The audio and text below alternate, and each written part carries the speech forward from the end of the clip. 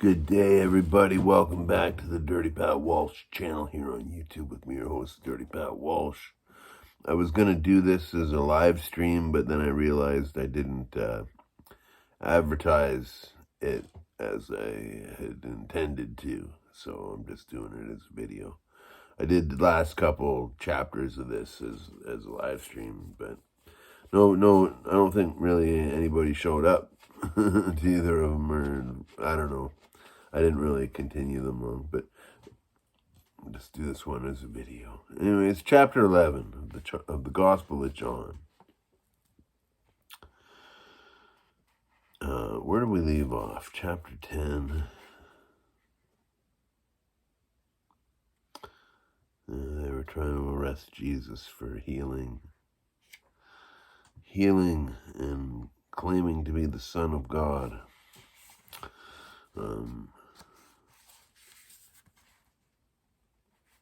So here we go, chapter 11. A man named Lazarus was sick.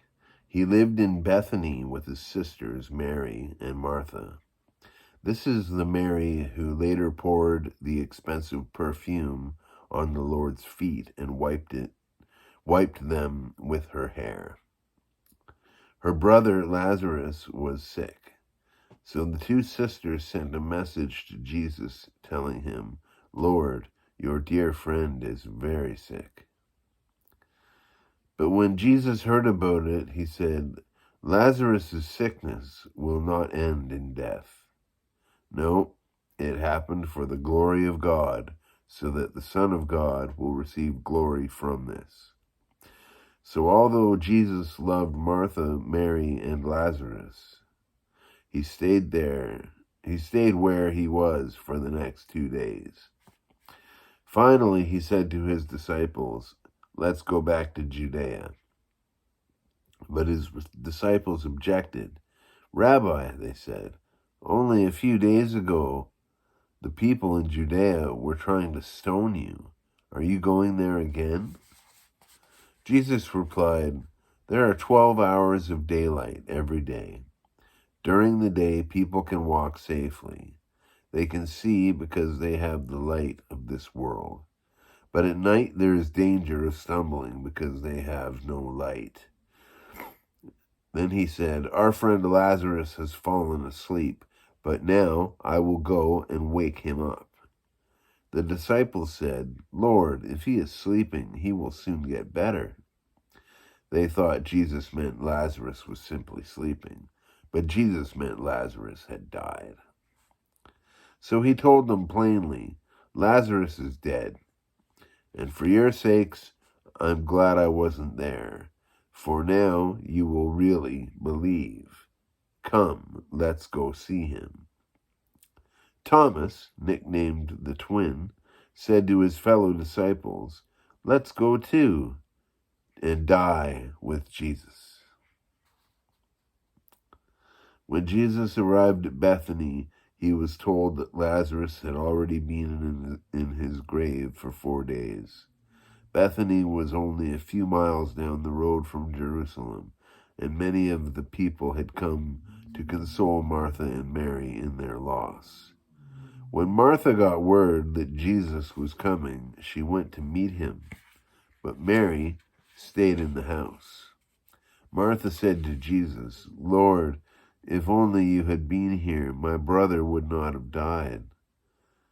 But even now, I know that God will give you whatever you ask." Jesus told her, "Your brother will rise again." "Yes," Martha said, He will rise when everyone else rises at the last day. Jesus told her, I am the resurrection and the life. Anyone who believes in me will live, even after dying. Everyone who lives in me and believes in me will never, ever die. Do you believe this, Martha?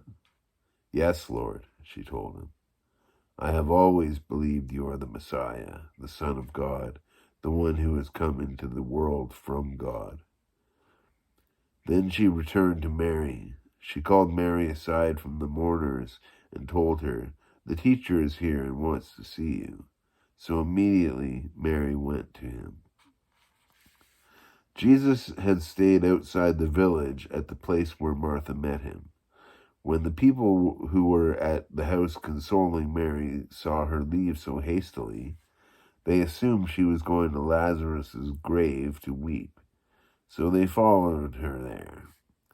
When Mary arrived and saw Jesus, she fell at his feet and said, Lord, if you had only been here, my brother would not have died.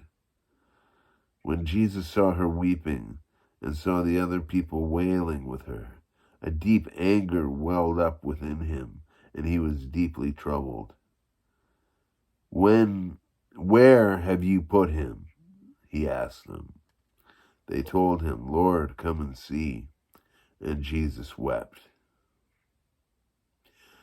The people who were standing nearby said, see how much he loved him. But some said, this man healed a blind man. Couldn't he have kept Lazarus from dying? Jesus was still angry as he arrived at the tomb, a cave with a stone rolled across its entrance. Roll the stone aside, Jesus told them. But Martha, the dead man's sister, protested, Lord, he has been dead for 4 days. The smell will be terrible. Jesus responded, didn't I tell you that you would see God's glory if you believe? So they rolled the stone aside, and Jesus looked up to heaven and said, Father, thank you for hearing me. You always hear me. But I said it out loud for the sake of all these people standing here, so that they will believe you sent me. Then Jesus shouted, Lazarus, come out. And the dead man came out, his hands and feet bound in grave clothes, his face wrapped in a headcloth. Jesus told them, unwrap him and let him go. Many of the people who were with Mary believed in Jesus when they saw this happen. But some went to the Pharisees and told them what Jesus had done. Then the leading priests and the Pharisees called the high council together. What are we going to do? They asked each other.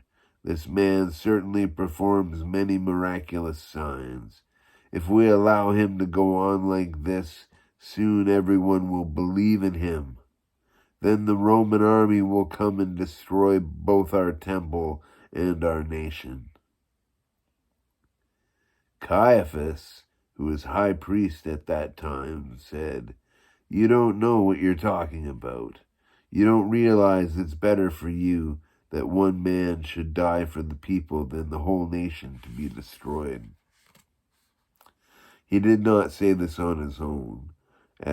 As high priest at the time, he was led to prophesy that Jesus would die for the entire nation.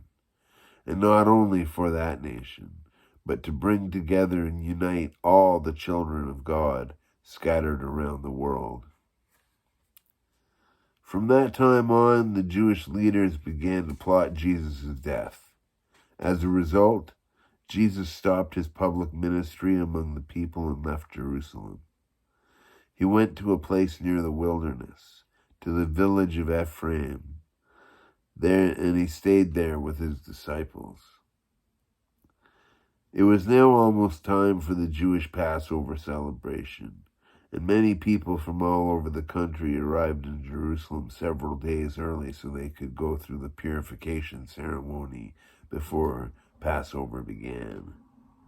They kept looking for Jesus, but as they stood around in the temple, they said to each other, "What do you think? He won't come for Passover, will he?" Meanwhile, the leading priests and Pharisees had publicly ordered that anyone seeing Jesus must report it immediately so they could arrest him. Causing a lot of unrest, that Jesus.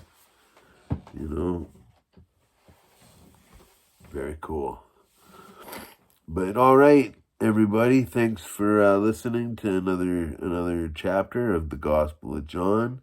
I know this has taken me forever to get through this one little book in the Bible, but it's all going to be in a playlist at the end of it, so you can all just go watch it in the playlist.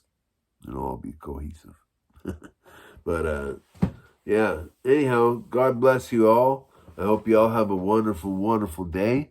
And